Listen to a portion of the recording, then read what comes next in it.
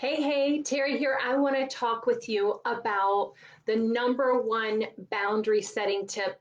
This is an actionable strategy that you can do to make your goals, make your intentions really come to life. This will really help you as you navigate staying true to a boundary that you set or to a goal that you're setting. So happy Mardi Gras. It's so good to be here tonight. I just finished my king cake. Yum, yum. So I actually have some visual aids tonight. Super excited. The teacher and me is going to be doing a lesson. So I'm super excited. So what I suggest you do, now y'all know that I love, where's my passion planner? I carry my passion planner around with me everywhere. So what I do is I put my goals, my intentions, everything in my passion planner. Now I do the 5-step morning routine every single day, and it's really shifted my mindset. So if you don't have some kind of practice in gratitude, I strongly suggest you do it because I will say it has impacted me very positively. But here's no, my passion planner. I must have taken it around the house with me. I like to do that a lot, actually. So, what I would suggest if you don't journal every day or have some kind of goal setting book like I do every day, I would suggest, especially too, if you're new on this healthy boundaries journal, is to use your mirror. Okay, a mirror is a great place to write your affirmations. Now, y'all do not want to see my mirror. It's a hot mess in there. I just like my makeup has exploded all over the counter, and I'd be so embarrassed to show you that. So I was like, oh, I'll get my teacher stuff. So, what I want you to do is think of a goal or set an intention and write that on your mirror, right? If you're not writing your affirmations on your mirror, this is a great time to start doing that, flipping the script in your head. Now, I'll just be totally honest with you. One of the things that I wanted to do this year was create more spaciousness in my life. I didn't want to be rushing around. I wanted to be a present mom. I wanted to be a present wife. I wanted to be a present coach for my clients. I really wanted to create that spaciousness.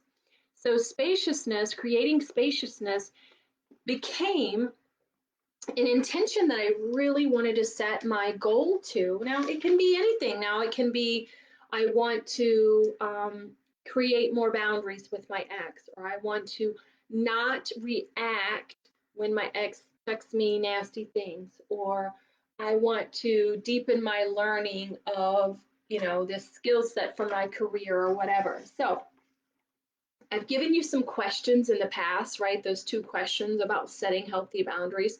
So this is an additional exercise with a question that's going to help you to stay true to that boundary. So like I said, so my intention this year is creating spaciousness. So pretend I'm writing this on my mirror. I will create spaciousness, right? Okay, so I want to create more spaciousness in my life. And I'm going to give you an example when this truly, truly worked, y'all. And so that's just in the forefront of my mind because, like I said, I write it in my passion planner every day. It's there, it's on the forefront. So this is key, right? Is writing it on the mirror, writing it where you will see it every single day so that it becomes ingrained in what you're doing. And then, secondly, is asking yourself whenever you're faced with a dilemma or you're faced with a challenge or faced with something, right? You need to ask yourself, does this action or decision lead me closer to my goal or further from my goal? Oh, the teacher in me says, oh, you're missing your count, your question mark. Does this action or decision lead me closer to my goal or further from my goal? So recently, you can copy that down. Recently, I had an actual like dilemma where someone like was messaging me, and it was like a podcast producer who had invited me on the podcast, but due to some like scheduling conflicts, issues, yada yada yada. But it was basically his mistake. And it was, I remember this, it was like, can we talk at 6? And it's like 5:47.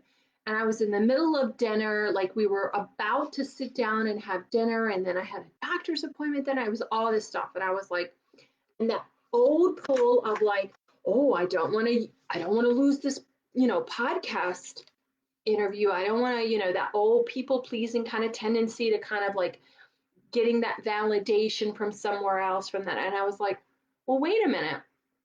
I've got like 11 minutes for dinner here. Does this, if I decide to like drop everything for this guy, does this take me closer to that goal of spaciousness or take me away? And clearly, this was going to take me away from my family and rush me. And I was like, and I just messaged back and said, sorry, I can't do it right now. I've got, dinner and a doctor's appointment. We'll have to reschedule. And I will tell you, when we did do the interview, it makes a huge difference because I was present. I wasn't resentful that this person had interrupted my dinner and hadn't done what had interrupted what my plan was and all that. I just simply had stayed true to my goal and stayed true to my vision. So you can do that as well. So again, I invite you to write this on your mirror, in your journal if you have a daily journal, so that you can reflect on that intention, that a goal that, for me, it's just having that intention of spaciousness this year in general.